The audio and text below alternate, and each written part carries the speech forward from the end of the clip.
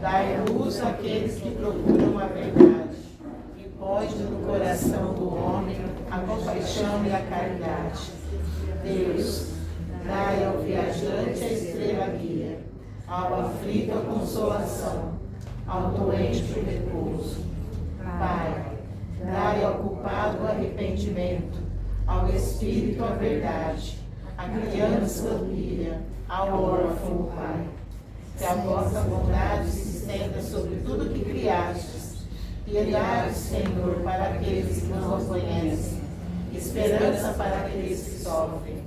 Que a vossa bondade permita aos Espíritos Consoladores derramarem por toda a parte a paz, a esperança e a fé.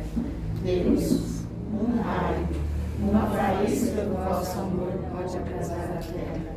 Deixai-nos beber nas fontes desta bondade fecunda e infinita, e todas as águas secarão, todas as dores se acalmarão. Um só coração, um só pensamento subirá até vós, como grito de reconhecimento e de amor. Como Moisés sobre a montanha, nós os esperamos com os braços abertos. Ó ó perfeição, e queremos de alguma sorte merecer a vossa misericórdia. Deus, dai-nos a força do progresso de subir até vós, dai-nos a caridade pura, dai-nos a fé e a razão, dai-nos a simplicidade que fará de nossas almas o espelho onde se refletirá onde a vossa simplicidade. Eu quero convidar o Sr. Jorge hoje para a nossa palestra. Muito bem-vindo.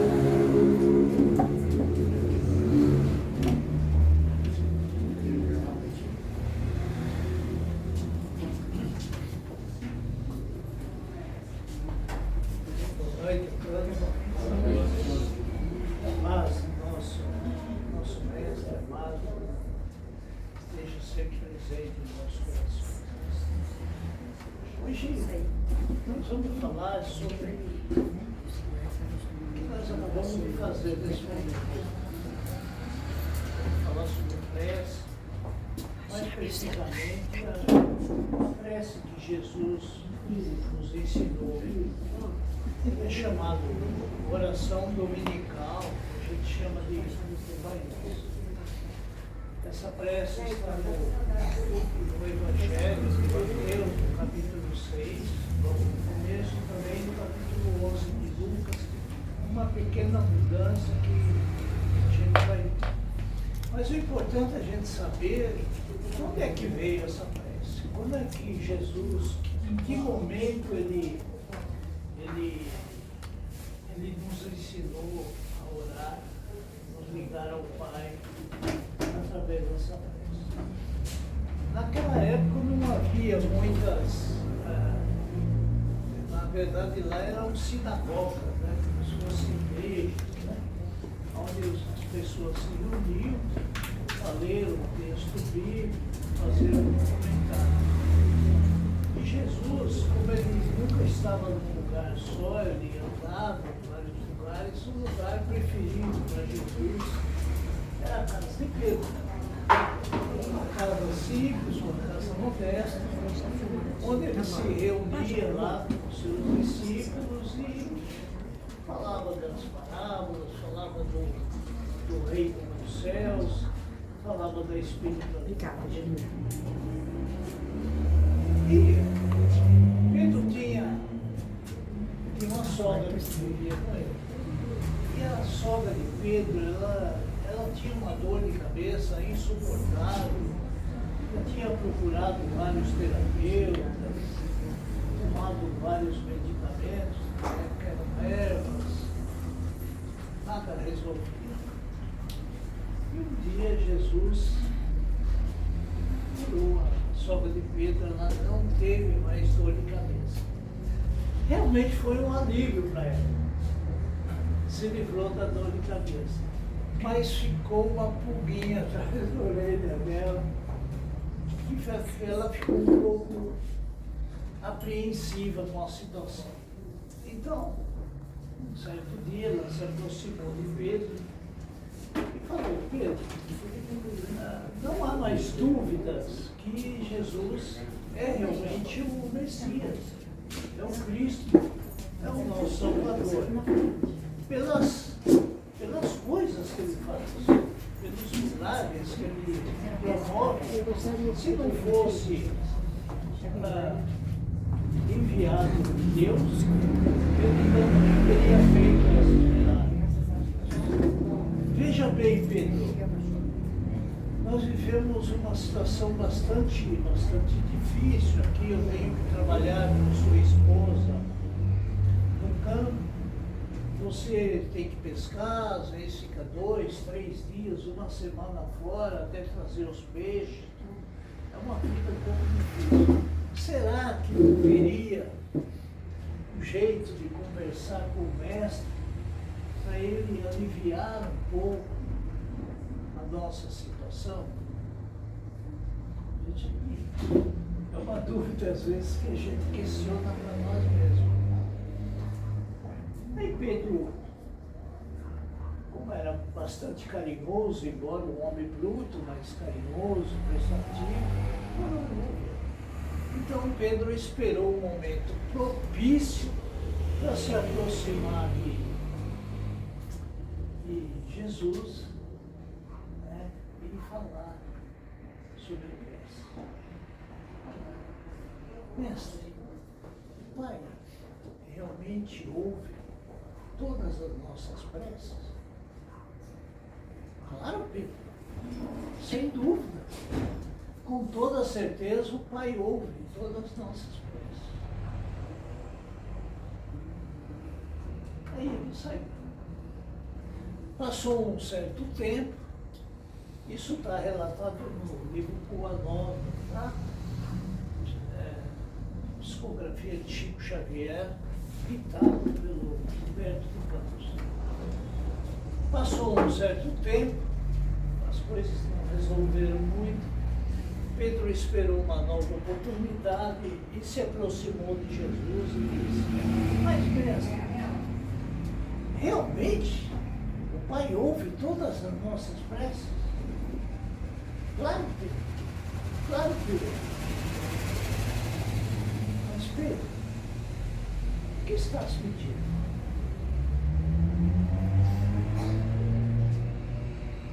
E Pedro ficou quieto. Os seus discípulos aí questionaram Jesus e falaram: mestre, nos ensine a orar. Aí o Jesus ensinou a oração dominical, o Pai Nosso, que a gente vai ver detalhes, o que cada frase dessa quer dizer. Vamos lá. Começa falando Pai Nosso, né? Jesus, olha, que Jesus já começa estabelecendo uma fraternidade universal. Quando a gente vai fazer prece, a gente não vai fazer para nós. Não é o nosso Pai. É o Pai que é nosso. Mas eles falavam em aramaico, Abba. Abba é Pai, mas é paizinho querido, paizinho amado. Alguém que eu tenho muita estima. Abba, é Pai nosso, que estás nos céus. E muitas pessoas falam, quando vão falar o Pai Nosso, falam que está no céu, na terra, em todos os lugares. Uma pequena modificação da prece dominical, que está no Evangelho de Mateus, capítulo 6, e Lucas, capítulo 11. E no Evangelho segundo o Espiritismo, está lá no capítulo 28, a dissertação dela todinha. Então, a nossa linguagem é uma linguagem muito rica, diferente das outras. Por exemplo, a gente vai conjugar um verbo, tem vários tempos e vários modos. Em outras línguas tem 3 tempos só e acabou. E naquela época, em aramaico também, algumas palavras, assim como hoje em português, tem vários sentidos. Por exemplo, eu falo manga, do que eu estou falando? Depende do contexto. Entendeu? Eu falo banco. Estou dando alguns exemplos só que eu estou colocando. Eu falo serra. Do que eu estou falando? Planta. Eu falo, o cabo foi soldado. O que eu fiz? O que eu acabei de dizer? Eu preciso de estar tudo num contexto para entender. E a nossa doutrina nos ensina que o nosso Pai é onipresente. Onipresente. O que quer dizer isso? Que Ele está presente em todos os lugares. Ele é onisciente. Ele sabe de todas as coisas. Ele tem a ciência de tudo. Então, céus não é o céu. Céu quer dizer o quê? A espiritualidade maior.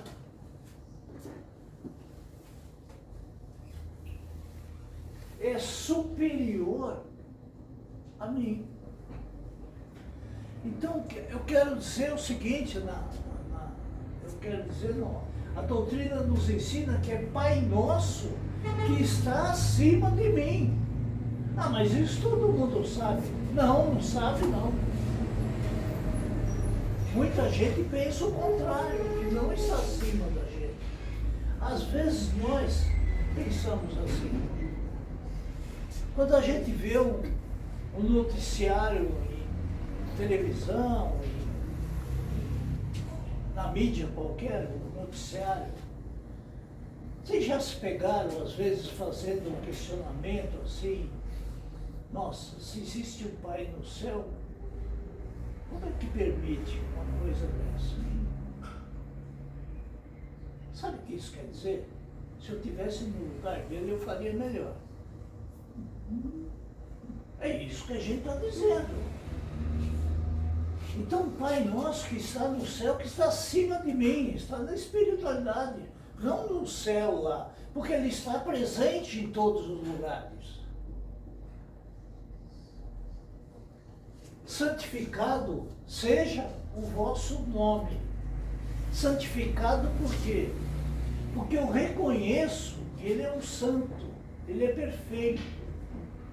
Ele é a causa primária de todas as coisas. Ele é justo, Ele é bom, Ele é misericordioso. Ele vai nos dar tanta chance, quantas a gente precisar. Se nós errarmos 10 vezes, Ele vai nos dar 11 chances. E se errarmos 1000 vezes, Ele vai dar 1001 chances.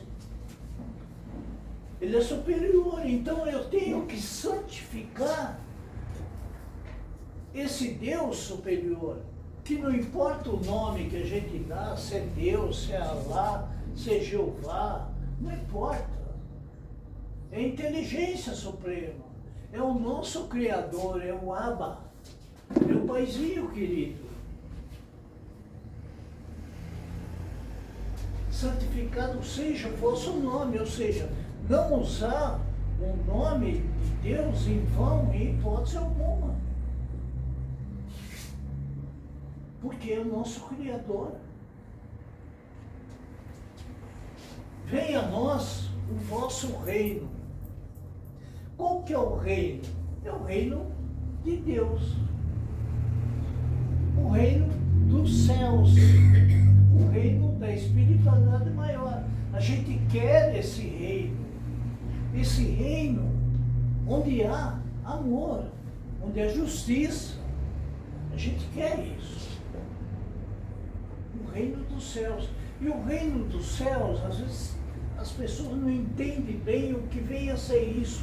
Pensa que é um lugar um lugar ali, ou um lugar, não sabe se é em Marte, se é em Júpiter, ou aqui na Terra, aqui em cima de São José, não, é em cima de Minas. Onde que é esse reino de Deus?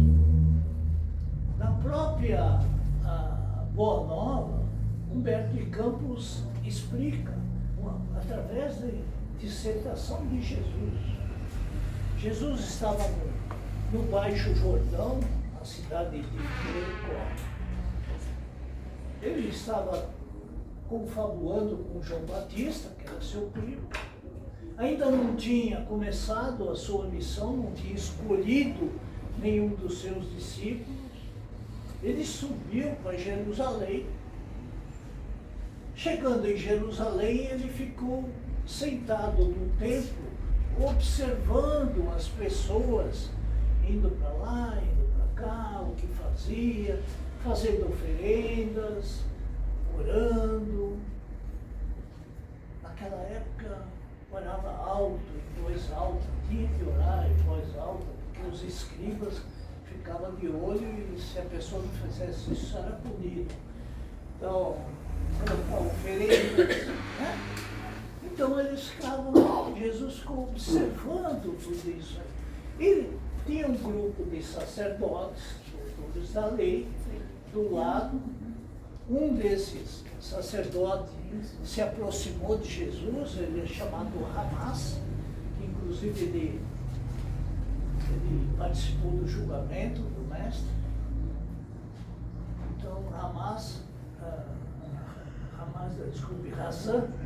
Razan se aproximou de Jesus e disse: Galileu, o que fazes em Jerusalém? Veja, ele percebeu que era um Galileu, pela vestimenta, pela postura de Jesus, chamou a atenção. O que fazes em Jerusalém? Jesus disse: procuro a fundação do reino de Deus. Olha só, o reino de Deus. A fundação do reino de Deus. Que razão? Rindo, falando, reino de Deus em suas mãos, o que pensa ser isso? Jesus disse: é obra divina no coração dos homens. Está explicado. A própria explicação de Jesus. Então venha a nós o vosso reino. Então, essa obra divina no meu coração não é construída por Deus.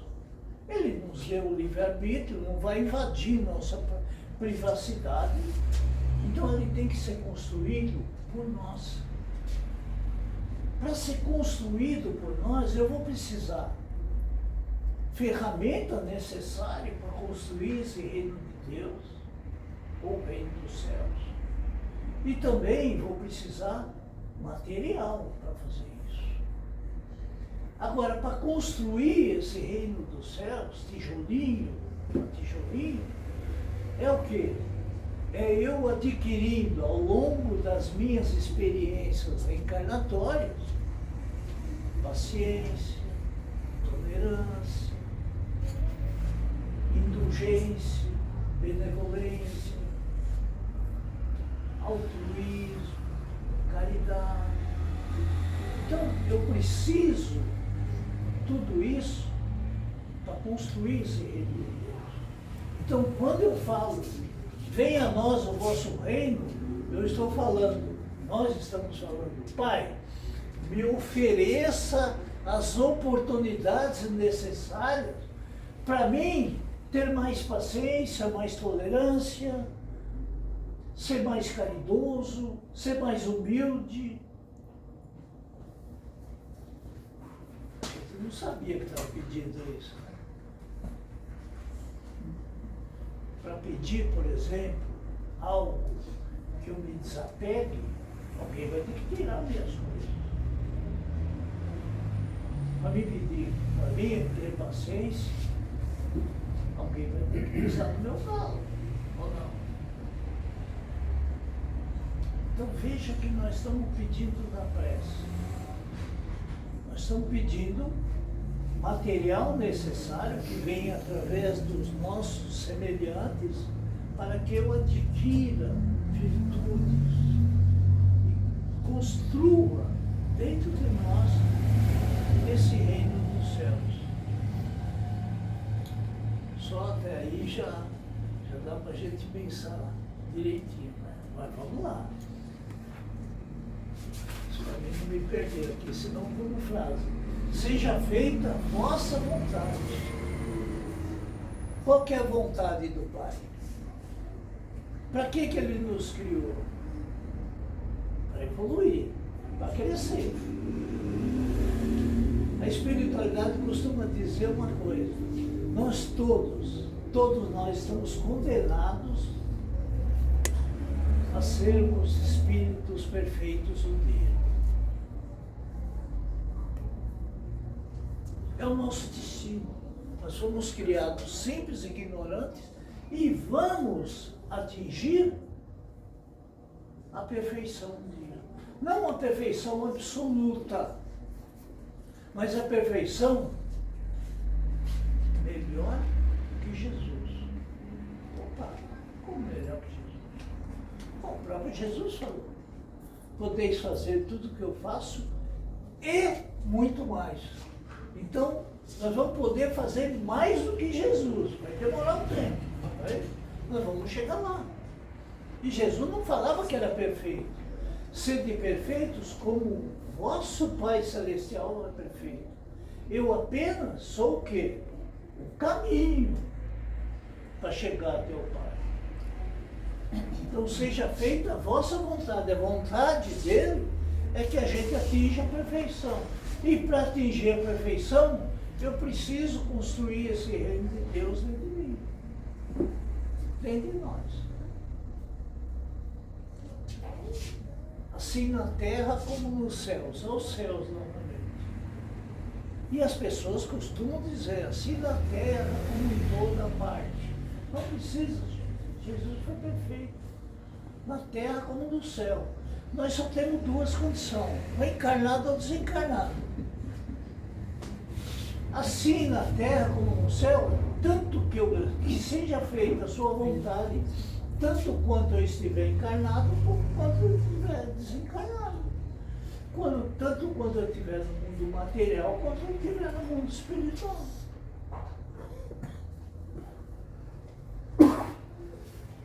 Aí o pão nosso de cada dia nos dai hoje. Olha, o pão que a gente está pedindo não é tanto aqui quanto no mundo espiritual. E no mundo espiritual eu vou precisar desse pão feito de farinha de trigo. Então, a gente pode dividir o pão em duas partes. Não seria uma irresponsabilidade do Criador me colocar aqui para evoluir e não dar a condição necessária para me suprir as minhas necessidades fisiológicas? O alimento de cada dia. Então, o pão nosso de cada dia nos dá hoje. Então, o pão é espiritual também. E qual que é o alimento espiritual? Voltemos a Jesus lá atrás, onde ele disse: não vos preocupeis com o que haveis de comer, de beber ou de vestir. Não é a vida mais do que o alimento? E o corpo mais do que o vestuário? Ou seja, o alimento é a vida. Para mim ter esse pão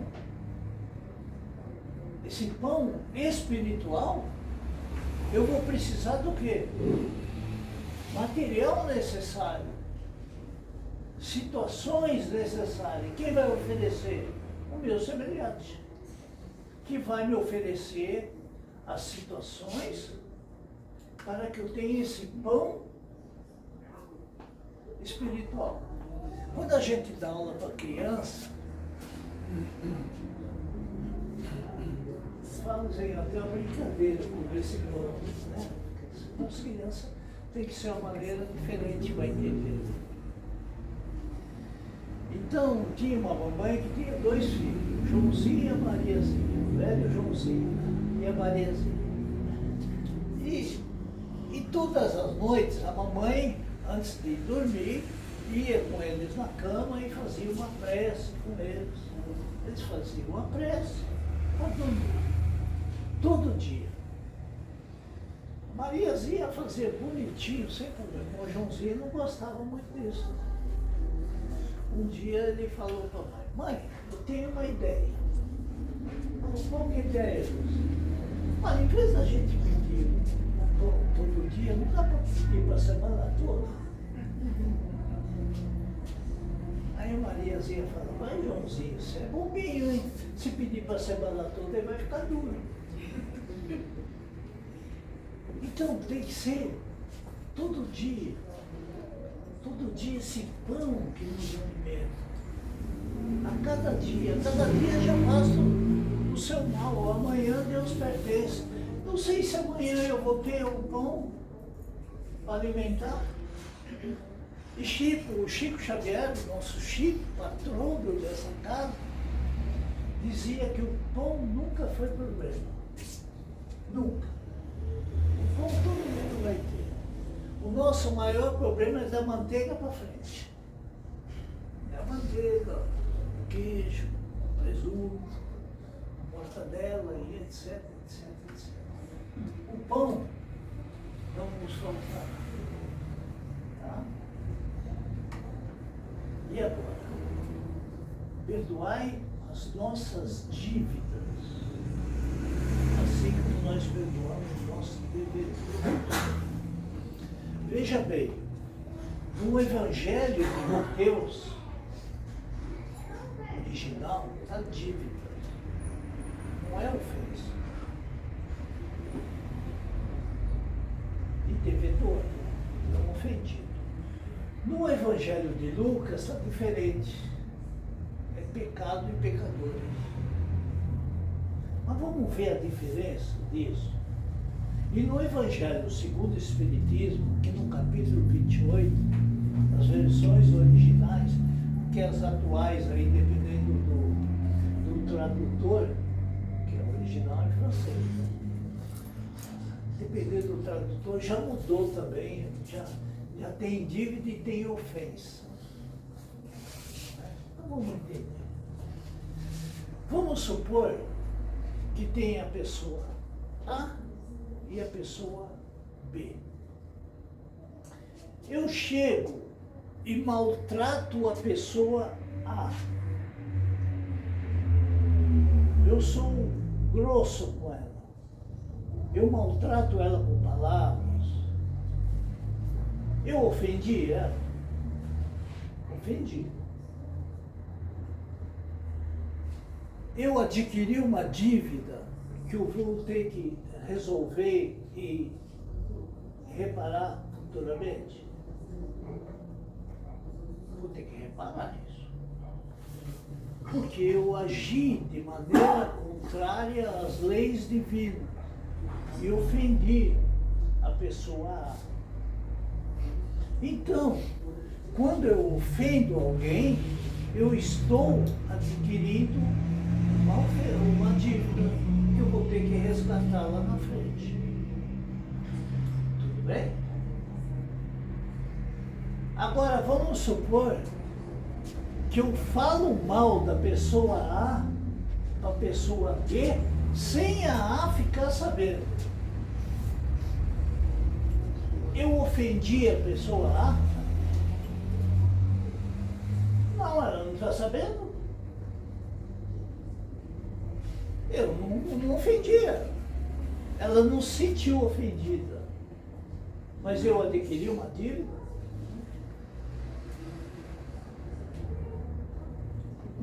Então, nem sempre uma dívida é uma ofensa. Então, quando Jesus diz, perdoai as nossas dívidas, está incluso as ofensas. Mas quando a gente fala ofensa, não está incluso dívida. E Lucas, né? Vocês sabem que Lucas, ele não conviveu com Jesus, né? Lucas era grego. Ele escreveu o Evangelho de Lucas, o Evangelho dele, claro, Lucas, com informações que ele obteve da Maria. Ele diz pecadores. O que é pecado? Então, é uma coisa que pesa nas costas, gente. Pecado. É alguma coisa que eu fiz de errado. Isso não é confortável para mim nem para ninguém. A nossa doutrina vê o pecado como o mau uso do meu livre-arbítrio lá atrás. Então lá atrás, eu agi, usei meu livre-arbítrio, tinha duas escolhas, pensar no bem geral ou pensar só em mim. E eu fui egoísta, pensei só em mim. Então eu agi contrário às leis divinas. Então pecado é agir contrário às leis divinas. Mas como o Pai é misericordioso, Ele vai me dar uma nova oportunidade. Então, as três coisas estão certas? Estão certas. Se falarmos ofensa, olha, quando a gente já conseguir perdoar as ofensas, já meio caminho andado. Não deixar dívida, vai na frente. Vamos respeitar aqueles nossos antepassados que de uma maneira qualquer modificou de dívida para ofensa. Mas no Evangelho, segundo o Espiritismo, no capítulo 28, está dívida. E no Evangelho de Mateus, está dívida. Certo? Cada um faz como achar melhor, não há problema nenhum. Mas tem uma coisa aqui que pega um pouco. Perdão. Perdoar. Acabamos de ver a oração de São Francisco. É perdoando o que se é perdoado. Não é isso? Vamos entender o perdão? Nossa doutrina ensina diferente esse perdão. Perdão é esquecer? Não. As pessoas falam, você não esqueceu, então você não perdoou. Gente, alguém atropela um filho meu que acaba se machucando, ou filho de qualquer um, acaba se machucando e vai ter um problema na perna, um problema fisiológico qualquer.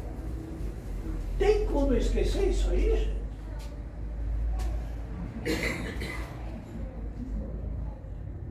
Então, eu não consigo perdoar? Perdoar não é esquecer, e nunca foi esquecer. Nunca. Eu só vou esquecer se eu tiver um problema mental, se eu tiver um Alzheimer, tomar uma pancada muito forte na cabeça, aí provavelmente eu vou esquecer o ocorrido. Caso contrário, o que aconteceu comigo, eu não vou esquecer. Tem como esquecer alguém que rouba meu carro e leva embora? Tem como esquecer um erro médico que leva um ente querido meu embora? Não tem, gente. Não tem como esquecer isso. Então, perdoar não é esquecer. Bom, se não é esquecer, é o quê? Aí a gente tem que dividir ofensa e ofensor. Por que isso? Porque Jesus nunca perdoou ninguém. Vocês podem ver. Ele dizia, os seus pecados foram perdoados? Não. Os teus pecados te salvaram. Vai e não peques mais. Quando ele estava na cruz, ele pediu água e deram vinagre para ele. Ele falou, está tudo consumado. Eu estou crucificado aqui. Não posso me mexer, braços nem perna. Me enfiaram uma lança aqui. Eu pedi água, me deram vinagre, então não tem mais o que fazer com esse povo. Ele disse, Pai, perdoai, porque eles não sabem o que fazem. Então, o ofensor não é problema nosso. O ofensor, ele infringiu uma lei divina. Então, ele vai ter que responder isso com o Pai. Perdoar não é aliviar essa situação, porque todos pagarão até o último centavo. Passarão o céu e a terra, até que tudo seja consumado. Então, perdoar é o quê?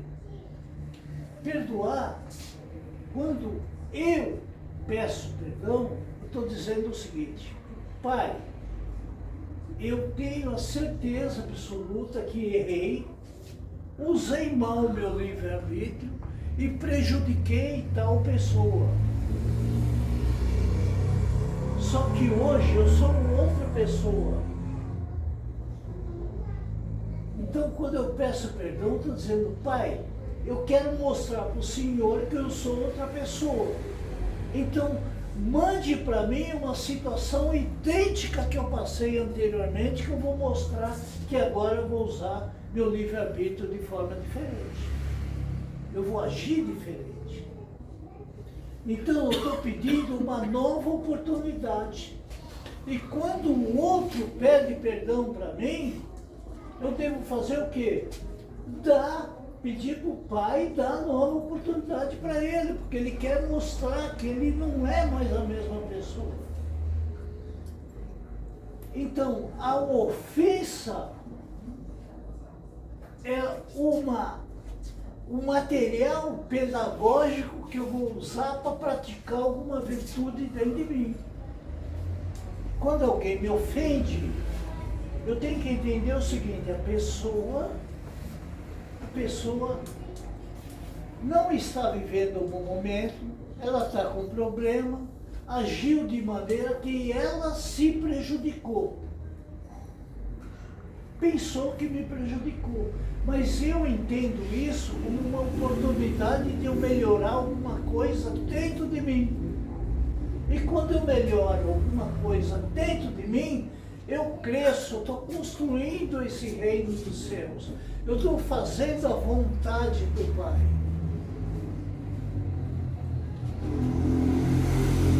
E é uma condição. Hoje em dia, nós estamos numa era que vai mudar muita coisa. Nós estamos numa era, talvez alguém aqui não conheça, tudo. Nós estamos numa era da física quântica e mecânica quântica. E a física já mostra, já definiu, já mostra matematicamente que nós somos energia. Ah, mas esse é corpo, é energia. Nós somos energia. E a gente atrai aquilo que manda. A gente atrai aquilo que manda. Eu quero sucesso, então eu desejo sucesso para o outro. Olha a prece do Francisco de Assis. É compreender o que acaba sendo compreendido. É perdoando que se é perdoado. Então, se eu quero ser feliz, eu tenho que desejar felicidade para os outros. Ah, mas isso eu não consigo. Então vai continuar sofrendo.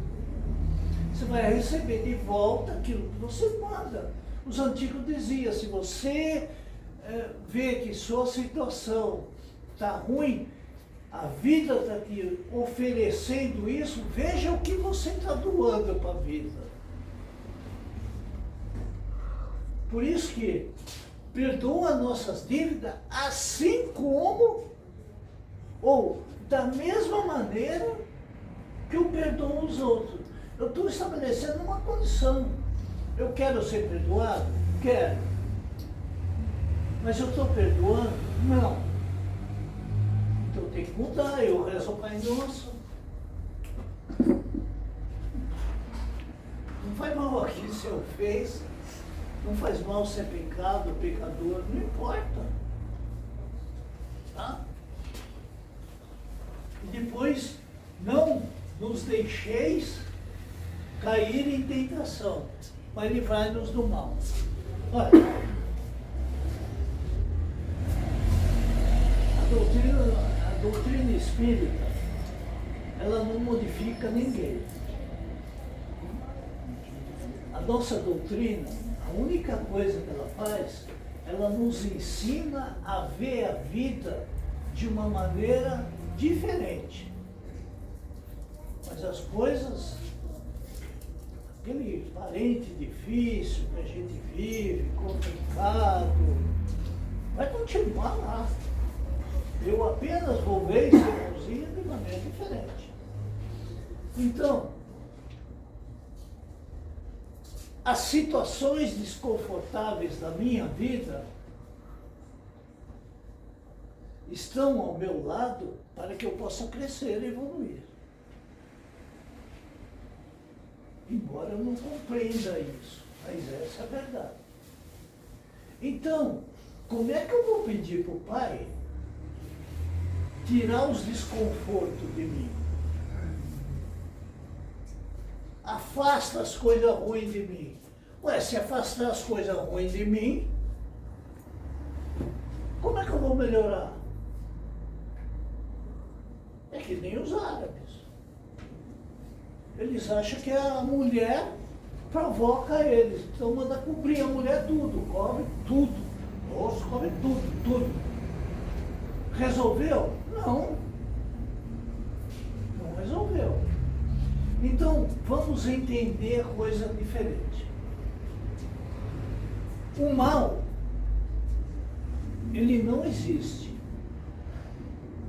Ah, existe. É maneira de ver diferente. Por exemplo, o frio não existe. É ausência do calor. As trevas não existem. É ausência da luz. O mal não existe. É ausência do bem. Então, livrai-nos do mal é livra-me do quê? Não do mal, mas do bem que eu não estou praticando. Ou seja, o que eu vou ter que fazer? Me esforçar, eu estou pedindo para o Pai para que Ele me dê força suficiente para que eu possa praticar o bem em todas as situações da minha vida. Então a tentação é algo que não tem que ver com Deus. A tentação está aqui dentro da minha cabeça. Eu que tenho que ter domínio sobre ela. O meu espírito é o comandante dessa nave, como um comandante de piloto de uma nave, de um avião. Eu tenho que assumir o comando. Tentações é algo que eu tenho que superar. Então, quando eu peço não deixar cair em tentação, é Pai, me dê força suficiente para que eu possa vencer o mal que existe dentro de mim. No capítulo 17 do Evangelho, segundo o Espiritismo, que é Sede Perfeito, tem lá bons espíritos. Veja bem, se tem bons espíritos, é porque tem mal. E lá diz que espírita é sinônimo de ser cristão. E o espírito é reconhecido no plano espiritual pelo esforço que ele faz para ter um domínio em suas más tendências, más inclinações. Então não é aquele que cai, não cai. O espírita cai e se machuca. O espírito é aquele que levanta rápido. Ele se conscientiza que ele não deve ficar aqui. E ele levanta e voa à luta. Obrigado, Pai, por esse novo desafio que o Senhor está colocando para mim. Porque eu vou vencer com a ajuda da espiritualidade maior, com a ajuda do meu anjo da guarda. É isso que não nos deixe cair em tentação, mas não livrar do mal. Me deixe sempre praticar o bem. Me ajude a praticar o bem. A maneira de ver é diferente. A gente vê pobre e rico. O que a gente entende aqui? Rico é aquele que mais tem. Quem tem uma boa casa, é isso? Um bom carro, tem um bom salário, boa conta bancária, tem um ranchinho na beira do Rio Pardo, tem uma casa no litoral. Então isso é rico. Para nós mas para a espiritualidade não é. Para a espiritualidade o mais rico é aquele que menos coisa necessita. É diferente. Então a gente tem que aprender a ver as coisas de uma maneira diferente. E depois de tudo isso, sabe o que ele faz? Amém. Assim seja. Eu assino embaixo.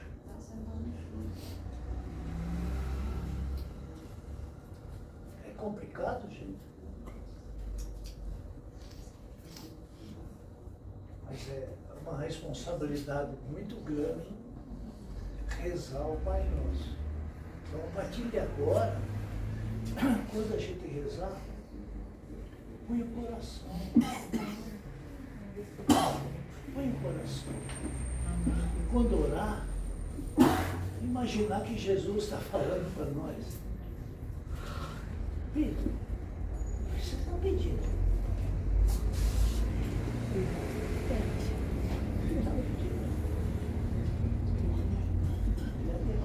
Você está pedindo um conforto material e na verdade Jesus não estava para libertar as pessoas de problemas materiais, mas sim libertar problemas espirituais. Tudo bem, gente? Tudo bem? Que Jesus abençoe a todos nós. Se tiver dúvida, pega o capítulo 28 do Evangelho, segundo o Espiritismo, tem uns pequenos dizeres o que é cada coisa. Bom, que Jesus abençoe todos nós e envolva na sua paz. E assim nos preparar para receber os passes espirituais. Jorge, obrigado. A casa agradece, seja sempre. Eu que agradeço pela oportunidade. Bom, gente, eu acho que não tem nada mais a dizer, né? Depois dessa bela explanação, dessa bela explicação do que é a oração do Pai Nosso. E às vezes a gente fala assim, eu principalmente, Pai Nosso que estás no céu, eu estou dormindo. Nossa Senhora, hein, Jorge? Que horror, hein? Pressa. Nós somos. É pressa com pressa. Você começa assim, Pai Nosso que estás no céu. Ai, eu já estou roncando. Nossa, gente, que coisa feia, né? A gente, é uma vergonha, né, Jorge? Uma oração tão linda e a gente ter preguiça de Mas se não você continua dormindo, mas... É preguiça de pensar. Ai, acho que é preguiça de tudo, sabe? Sei lá, eu. Bom, gente, Jorge, mais uma vez, que Deus, a espiritualidade amiga, te conduz na paz de Maria, o retorno à sua casa. Gente, com essa explanação, essa explicação, e não durma igual eu, por favor, não façam isso. A gente vai encerrar a primeira parte consciente do que o Jorge nos falou. Que oração linda. Ai, que a gente, né, é tão linda, assim, o significado dela é sem comentários, né? Vamos terminar essa primeira parte da oração de Jesus e a oração da nossa Mãe Maria, que é linda também. Pai nosso que estais nos céus, santificado seja o vosso nome. Venha a nós o vosso reino. Seja feita a vossa vontade, assim na terra como no céu. O pão nosso de cada dia nos dai hoje. Perdoai as nossas ofensas, assim como nós perdoamos a quem nos tem ofendido. E não nos deixeis cair em tentação, mas livra-nos, Senhor, de todos os males, que assim seja. Ave Maria, cheia de graça, o Senhor é convosco. Bendita sois vós entre as mulheres, bendito é o fruto do vosso ventre, Jesus. Santa Maria, Mãe de Jesus, rogai por nós, pecadores, agora e na hora de nossa passagem para o mundo espiritual, que assim seja.